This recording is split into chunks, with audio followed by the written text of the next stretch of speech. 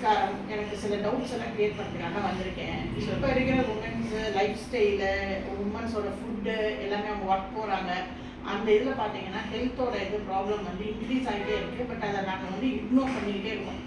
இன்னைக்கு கால் குறையுதா, நாளைக்கு பார்த்துக்கலாம், என்னமோ மாதிரி இருக்கா, சரி நாளைக்கு பார்த்துக்கலாம், இது ஒன்றும் இல்லை, இது நார்மல் இதுதான் அப்படின்னு போயிட்டே இருக்கும். எனக்கு வந்து சில டவுட்ஸை கிளியர் பண்ணணும். நீங்கள் உங்கள் ப்ராக்டிஸில் எந்த மாதிரி உமன்ஸோட காமன் ஹெல்த்தை வந்து அவங்க இக்னோர் பண்ணிக்கிட்டே இருக்காங்க, எது இம்பார்ட்டனாக அவங்க வந்து நோட்டீஸ் பண்ணணுங்கிறது, எஸ்பெஷலி 40+. இப்போ 35+ஏ வந்து கொஞ்சம் ப்ராப்ளமாக தான் இருக்குது. அப்போ நீங்கள் எதை மாதிரி நீங்கள் வந்து அதை ஹேண்டில் பண்ணுறீங்க, உங்கள் ப்ராக்டிஸில் எதை நீங்கள் வந்து காமன் டிசீஸாக பார்க்குறீங்க? ஷூர் அகிலாஜி. நம்ம எப்படி அப்படின்னாக்கா, இப்போ இருக்கிற பெண்கள் அப்படின்னா ஏஜ் குரூப் நான் சின்னதுலேருந்தே சொல்கிறேன், ஒரு ஏஜ் அட்டன் பண்ண ஏஜ்லேருந்து எல்லாருக்குமே டில் மெனோபாஸ் எல்லாருமே வந்து கொஞ்சம் இக்னோர் பண்ணுறது ஒயிட் டிஸ்சார்ஜ், வெள்ளைப்படுதல்னு சொல்லுவாங்க. ஆக்சுவலாக அது வந்து வெள்ளைப்படுதல் வந்து எப்படி இருக்குன்னா, வெள்ளைப்படுதல்ங்கிறது ஸ்வேத பிரதரம் அப்படின்னு சொல்லிட்டு சாஸ்திரத்தில் அது ஒரு டிசீஸாக தான் நம்மளுக்கு காமிச்சிருக்காங்க தவிர அது வந்து ஆரோக்கியத்துக்கு உண்டானது கிடையாது. அது இருந்தாலே அது நம்மளுக்கு தொந்தரவு தான், அது அது குறிப்பிட்ட இஷ்யூ தான். நம்ம பிள்ளைங்க என்ன நினச்சிக்கிறாங்கன்னா, அது 1 நாள் 2 நாள் தான் இருக்குது, எனக்கு 10 நாள் தான் இருக்குது, இல்லை அது டெய்லி கொஞ்சம் தான் படும், அது வந்து எனக்கு பெரிய பிரச்சனை இல்லைன்னு சொல்லுவாங்க. நிறைய college going girls, school going girls, women especially நிறைய விமன் டயர்ட் ஆகிடுவாங்க. லோ பேக் பெயின் வரும், இடுப்பு வலியில் ரொம்ப கஷ்டப்படுவாங்க. அப்புறம் வந்து இன்னும் சொல்ல போனால் வேறு ஓஞ்சு போகுதுன்னு சொல்லுவாங்க, இனபிலிட்டி டு டூ ஒர்க். அவங்கனால வேலை அதிகமாக செய்ய முடியாது, எப்படா உட்காந்துக்கலாம், கொஞ்ச நேரம் ஒர்க் பண்ணி எப்படா உட்காரலானே இருக்கும். அவங்க எந்த காரணத்தினால அந்த ஒயிட் டிஸ்சார்ஜ் அது வந்து வெஜைனல் இன்ஃபெக்ஷன். அதாவது ஒரே டாய்லெட்டை காமனாக எல்லாரும் யூஸ் பண்ணும்போது ஒருத்தருக்கு இருக்க இன்ஃபெக்ஷன்னால அது அகைன் இன்னொருத்தருக்கு வரலாம். இட்ஸ் நாட் பாசிபிள் ஹோம் இல்லையா? Make the each and every toilet நம்மளால வைக்க முடியாது. இல்லை ஹோம்ல இருக்க வீட்டில் இருக்கிறவங்களுக்கு எந்த பிரச்சனை இதனால இல்லை. அதாவது காமனாக கேர்ள்ஸ்ன்னு வரும்போது அது ஒரு ஃபேக்டர் வரதுக்கு. ஆனால் இண்டிவிஜுவலாக ஒருத்தரோட உடம்பு உஷ்ணமாக இருக்கிறதுனால எந்த நேரமும் அந்த கர்ப்பப்பை உஷ்ணமாகிறதுனால ஏற்படுது. ஏன் இந்த கர்ப்பப்பை உஷ்ணமாகிறது அப்படின்னு பார்த்தோம்னா, நம்ம ஃபுட்டை எடுத்துட்டோம், நம்மளுடைய கர்ப்பப்பைக்கு மேலே தான் நம்மளுடைய குடல் எல்லாமே பக்கமாக தான் இருக்கு. இந்த குடல்னு சொல்கிறோம் கட், நம்ம எல்லாரும் சொல்கிறோம் இல்லையா, கட்ஸ் இருந்தால் பார்த்துக்கலாமா சொல்கிறாங்களா, அந்த மாதிரி கட் வந்து ரொம்ப இம்பார்ட்டன்ட். கட் ரொம்ப இம்பார்ட்டன்ட். நம்மளுடைய ஜீரணம் சரியாக இருக்கணும். எங்கே போனாலும் எல்லா பிரச்சனைக்கும் மூலாதாரம் டைஜஷன் தான். டைஜஷன் சரியா இல்லைன்னா எல்லா பிரச்சனையும் ஆரம்பம். அதுல விமனுக்கு முக்கியமா கர்ப்பப்பை சம்மந்தப்பட்ட யூட்ரஸ் சம்மந்தப்பட்ட டிசார்டர்ஸ் வரும். ஸோ அதனால நமக்கு வந்து நம்ம எப்படி நம்மளை வச்சுக்கணும் அப்படின்னா, ஃபர்ஸ்ட் டைஜஷன் நல்லா ப்ராப்பராக வச்சுட்டா கொஞ்சம் உஷ்ணம் அதிகமாகாது. எதனாலன்னா நம்ம இம்ப்ராப்பராக இப்போ வந்து நீங்க சொன்னது ஒரு கொஸ்டினா இருந்தா கூட அது அப்படியே டைவர்ட் ஆகி போறது. எப்படின்னா, கான்ஸ்டிபேஷன் இருந்தாலும் கூட அவங்களுக்கு ஒயிட் டிஸ்சார்ஜ் ஹவு அப்படின்னு பார்த்தோம்னா, நம்ம கான்ஸ்டிபேஷன் இருக்கும்போது அந்த வேஸ்ட் ப்ராடக்ட் அதிக நேரம் நம்மளுடைய இன்டெஸ்டைனில் இருக்கிறதுனால அது ஒரு டாக்ஸிக் வாயு கிரியேட் பண்ணும். அது அப்படியே இருக்கிறதுனால அங்கே ஒரு உஷ்ணத்துவம் வரும். அந்த உஷ்ணம் கர்ப்பப்பைக்கும் வரும். ஒரு நம்மளுக்கு தெரியுது இல்லையா, இப்போ ஒரு பாத்திரத்தில் சூடாக கொண்டு வரோம், இப்படி வயிறு கிட்ட வச்சு கொண்டு வந்தோம்னா அந்த வயிற்றுக்கு அந்த சூடு தெரியதான் செய்யும். அதாவது உஷ்ணமான பக்கத்தில் தான் நம்மளுக்கு உஷ்ணம் தெரியதான் செய்யும். அது போல குடல் உஷ்ணமாகும் போது அது கர்ப்பப்பைக்கும் அந்த உஷ்ணம் தெரியும் போது நமக்கு வந்து அந்த பிரச்சனைகள் வர்றதுக்கு வாய்ப்பாக இருக்கும். ஸோ நம்ம வந்து முக்கியமாக என்ன விஷயம் அப்படின்னாக்கா, கிளென்லினஸ் ரொம்ப இம்பார்ட்டன்ட்.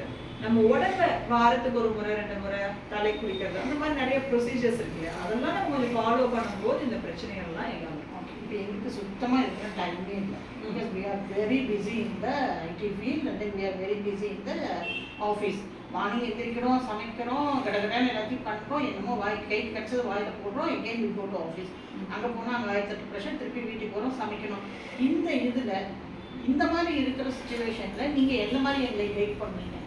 எந்த மாதிரி எங்களை நாங்கள் வந்து இந்த சூழ்நிலையிலையும் எங்களை நாங்கள் எப்படி பார்த்துக்கலாம், அதுக்கு நீங்கள் எந்த மாதிரி கைட் பண்ணுங்க? ஆக்சுவலாக நம்ம வந்து இப்போது நீங்கள் சொல்கிற மாதிரி கண்டிஷனில் சாப்பிட்றது ஒண்ணு மட்டும் தான் நீங்க தவிர்க்கிறது இல்லை, மத்த எல்லாத்தையும் தவிர்க்கிறீங்க. ஆமா. அப்ப இந்த சாப்பாட்டுல தான் தேவையான ஹெல்த்தை நம்ம கொடுக்க முடியும். பிசிக்கல் ஆக்டிவிட்டி பண்ணா டைம் இல்ல, 2 வேளை குளிங்கன்னா டைம் இல்ல, கொஞ்சம் ஹெட்டுக்கு ஆயில் பாத் எடுங்கன்னா டைம் இல்ல, நல்லது பண்றதுக்கெல்லாம் டைம் இல்ல. ஃபுட்டு வெரைட்டியா வெர்சடைலா வித்தியாசமா சாப்பிட்றதுக்கு நமக்கு பிடிக்குது. அப்ப நம்ம சாப்பிட்றது கொஞ்சம் ஹெல்த்தியா சாப்பிடணும். அதான் கேக்குறேன். அப்ப அப்படி சாப்பிடும்போது நல்ல கேஸ்டர் ஆயில் விளக்கெண்ணெய் சமையல்ல சேர்க்கிறது. நம்ம பெரியவங்க எல்லாம் பாத்தீங்கன்னா பருப்பு வேகும்போது விளக்கெண்ணெய் விடுவாங்க.